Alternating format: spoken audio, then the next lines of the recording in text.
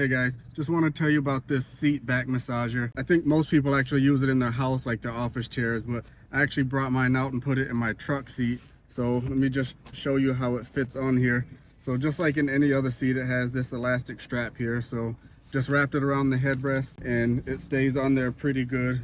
It contours and fits in the seat really better than I expected it to. It does raise me up off the seat a little bit, so I had to lower my seat down and adjust my positions there. I was surprised that it actually works. So it just has like a regular AC outlet, but I have a newer truck, so I have the outlet in my back seat. So I just took the cord and put it in the back seat and plugged it in, and it works just like you were using it in the house, so that's cool. A couple things about the features. So it has this remote attached to it, so pretty simple to follow. Power button here, and then you have an option for heat, and then you have this INT, that's for different intensities and different modes here. So you have mode 1 through mode 5.